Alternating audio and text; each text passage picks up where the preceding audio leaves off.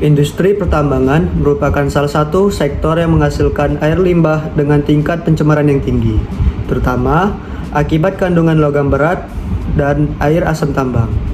Jika tidak dikelola dengan baik, limbah ini dapat mencemari perairan dan merusak ekosistem. Oleh karena itu, diperlukan metode pengolahan air limbah yang efektif, ramah lingkungan, dan berkelanjutan. Salah satu teknologi yang banyak dikaji adalah floating wetland atau floating treatment wetland.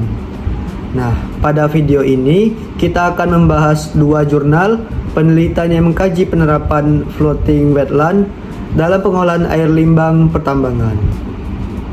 Nah, latar belakang dari jurnal yang saya ambil yaitu ada jurnal pertama yang berasal dari Hayati Journal of Bioscience tahun 2023 yang meneliti penggunaan floating treatment wetland untuk mengolah acid mine drainage menggunakan tanaman Melaleuca caju putih, Nautria orientalis, dan Vetiveria zizanioides.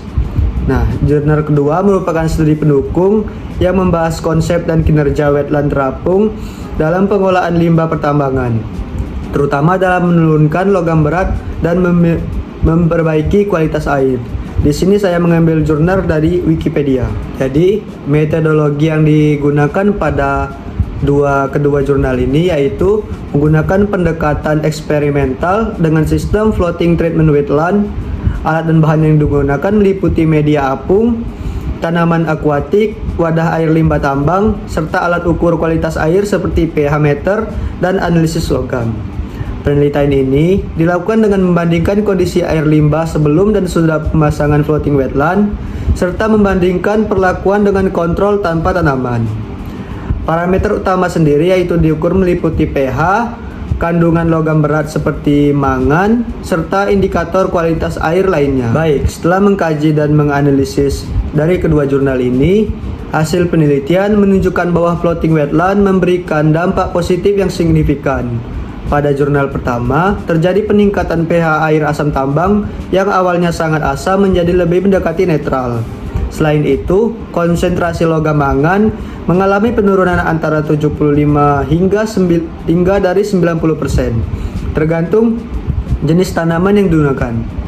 Grafik yang ditampilkan menunjukkan tren penurunan konsentrasi logam seiring bertambahnya waktu penggunaan dari floating wetland. Nah, jurnal kedua yang menunjukkan bahwa wetland terapung mampu menurunkan kandungan pencemar lain seperti padatan tersuspensi dan meningkatkan kualitas air secara keseluruhannya. Nah, penurunan pencemar ini terjadi karena akar tanaman pada floating wetland berfungsi sebagai media penyerapan logam berat sekaligus habitat dari mikroorganisme. Mikroba yang hidup di sekitar akar tanaman membantu proses dari degradasi dan transformasi dari polutan.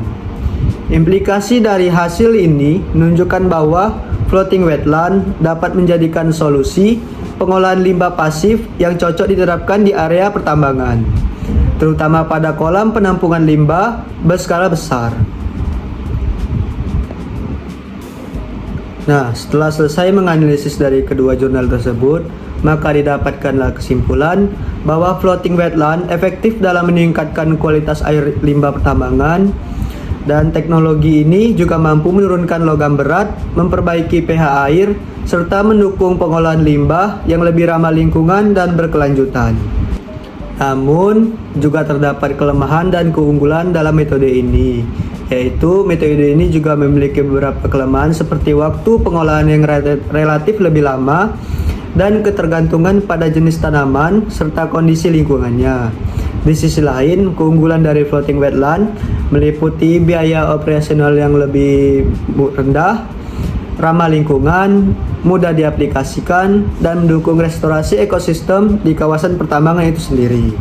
Nah, demikian dari pembahasan mengenai floating wetland di industri pertambangan berdasarkan dua jurnal penelitian yang sudah kita bahas tadi. Semoga video ini bermanfaat dan menambah wawasan kita tentang teknologi pengolahan limbah yang berkelanjutan.